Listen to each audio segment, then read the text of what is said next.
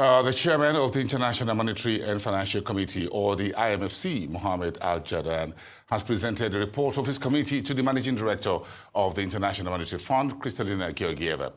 Speaking to the executive summary of the report at the end of the 2025 spring meetings on Sunday, the IMF chairman addressed key issues that the IMF face while presenting some recommendations, among other things. This is an excerpt from their presentations.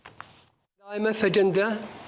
Going forward, the fund must continue to focus on its core mandate, including supporting international monetary cooperation, encouraging the expansion of trade and economic growth, and discouraging policies that would harm prosperity. In recent days, the IMFC members welcomed steps to further strengthen the effectiveness of the IMF's three core functions: its surveillance of global economic trends, its lending, where we welcome the review program design conditionality, and its capacity development assistance, which helps ensure growth in so many member countries and within countries. Addressing global debt vulnerabilities remains a priority for our members, especially for low-income and vulnerable countries. They welcomed the progress made in debt treatments under the G20 Common Framework. They also expressed their commitment to addressing global debt vulnerabilities in an effective, comprehensive, and systematic manner. And members encouraged the IMF and the World Bank to help advance the implementation of the three-pillar approach to address debt service pressures. We appreciate the tremendous efforts of the members in shaping the medium-term direction of the IMF and contributing to the Georgieva Declaration. The Georgieva Declaration presents a forward-looking approach to strengthening the IMFC process and advancing governance reforms, and has received the full support from the members. Just to clarify, when I say Georgieva Declaration, this is the declaration that was prepared by the deputies in their meetings in Saudi Arabia earlier this month in preparation for this meeting. Here we aim to ensure that the fund remains well-equipped to meet future challenges in line with its core mandate. And before I hand over to Kristalina, I have to comment on the topic of the day, which I think a lot of people are talking about, trade tension. Many members have told me how trade situation has created significant uncertainty. Indeed, the buzzword was uncertainty all over this week. And indeed, it also carries with it market volatility, presenting real risks to the global growth and financial stability. But, as Kristalina said recently, these trade conflicts have been like a forgotten pot boiling on a stove. Well, now that pot is boiling over. In other words, we should not be surprised that there are trade tensions. And this situation is an opportunity for us all to have constructive conversations about how we will move forward together.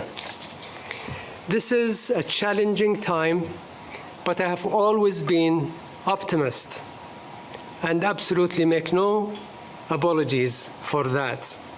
And I will explain why. History tells us that the bigger the challenge, the more it requires us to come together, to convene, and to have an honest conversation. That's exactly what happened this week. And that's exactly the power of the IMF to actually be able to convene everybody around the same table in closed rooms and discuss issues in a constructive way. And I have told colleagues, I arrived in Washington a week ago with a lot of noise on my ears from reading the news and following social media. And I've told them, everyone that I met in the early days, please keep your thoughts cool. And we will see where we are going to end. And actually, today we are ending in a lot better position than when we started the week. People understand the consequences and are working together in a constructive manner to resolve tensions. I'm also confident that because of the IMF is really watching us very closely, following the global situation, and is already providing advice to its members in real time, offering an assessment of the potential impacts and the best way to proceed. This week have seen an incredible assurance confirming the position of the IMF and its convening power and in contributing to a positive development, including in relation to Syria.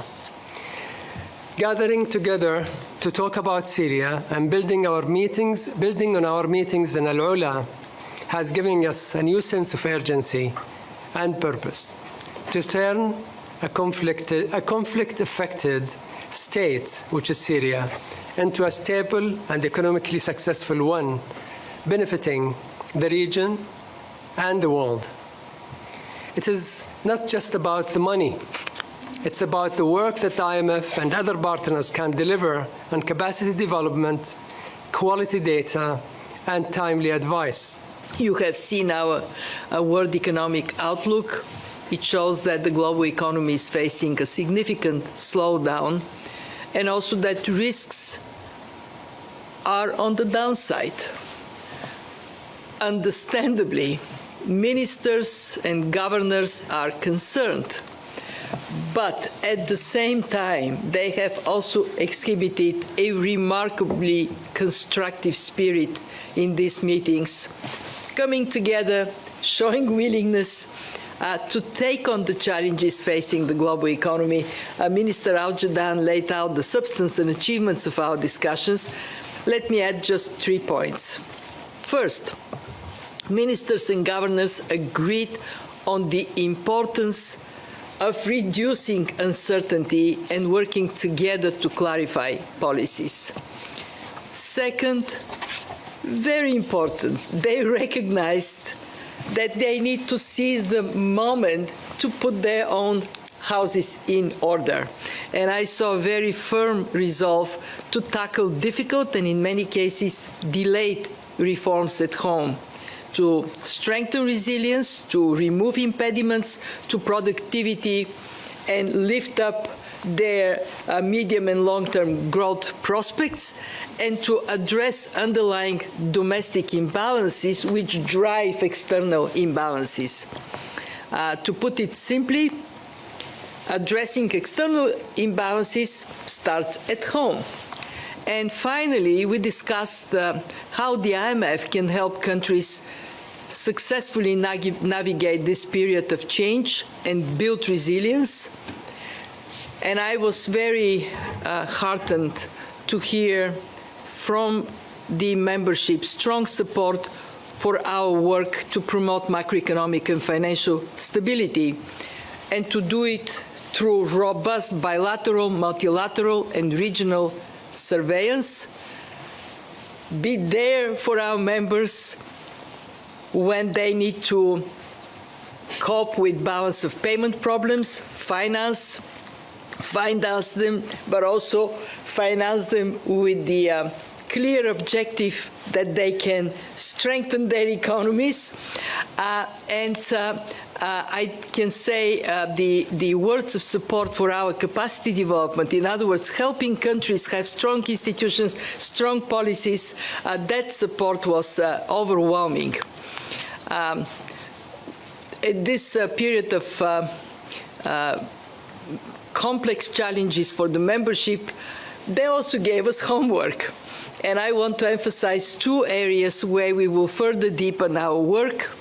One, do more work on external imbalances, dig deeper, when they could become a source of concern and provide advice how to address them through policies.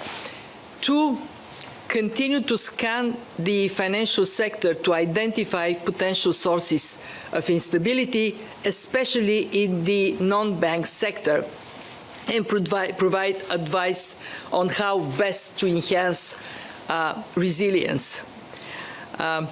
Overall, what I can tell you is that what I heard this week was an incredible determination by our members to steer the economies through this period of change and uncertainty, and it gave me confidence that we actually can take challenge and make opportunity, that we can have a more resilient, a more balanced world economy. Like Minister Al-Jadaan, I started the week more anxious of our capacity as global community to come together, and I finished the week with more confidence that this is exactly what we will do. Absolutely. Thank you very much, Minister, Managing Director. We'll now open the floor to your questions. So please raise your hand if you have a question, and please identify yourself and your outlet. I'll start here in the middle. I'm going to go to the gentleman in the kind of white shirt. Yes, right here. Thank you, Julie. Erwan Luca from IFP. Question is both for Minister Al-Jadaan and Managing Director Georgieva. You both pointed out that we ended the week in a way better position than we started it. Managing Director, during your curtain raiser speech, you also raised the hope that this week might be an opportunity for everybody to discuss. How do you feel like? Could you elaborate perhaps on how this week helped dialing down the uncertainty you talked about and the global tensions when it comes to trade? Thank you very much. The finding a path to solutions starts from looking at the problem from you seeing the problem with the same eye view. I'm sorry. Let me start this again. To resolve a problem, you have different parties. To resolve a problem, they need to have information about the problem that allows them to have a meaningful conversation. And I can say that I am very, very grateful to the staff of the IMF, because what we did was to offer the members information that allows them to see what is ahead of them and expand their horizon. If you look at a problem only from a narrow point of view, it is difficult to have a meaningful conversation to resolve it. Secondly, what I saw was a genuine openness to present views in a candid way and to listen to each other. And third, and the third is most important, it is a traction in engagement among members that could then bring a better, faster and better outcome. I don't want to sugarcoat. We still have quite a challenging time. It is challenging not just because of the tariffs and the uncertainty. It is also challenging that there are other transformational forces in play. Because of the overwhelming attention to tariffs, we stopped talking about other things like artificial intelligence, demographic transition, and I think that sense that we can have an engagement in a comprehensive way on a complex set of challenges that came during the meetings quite strongly. Does it mean that everybody agrees with everybody else? No.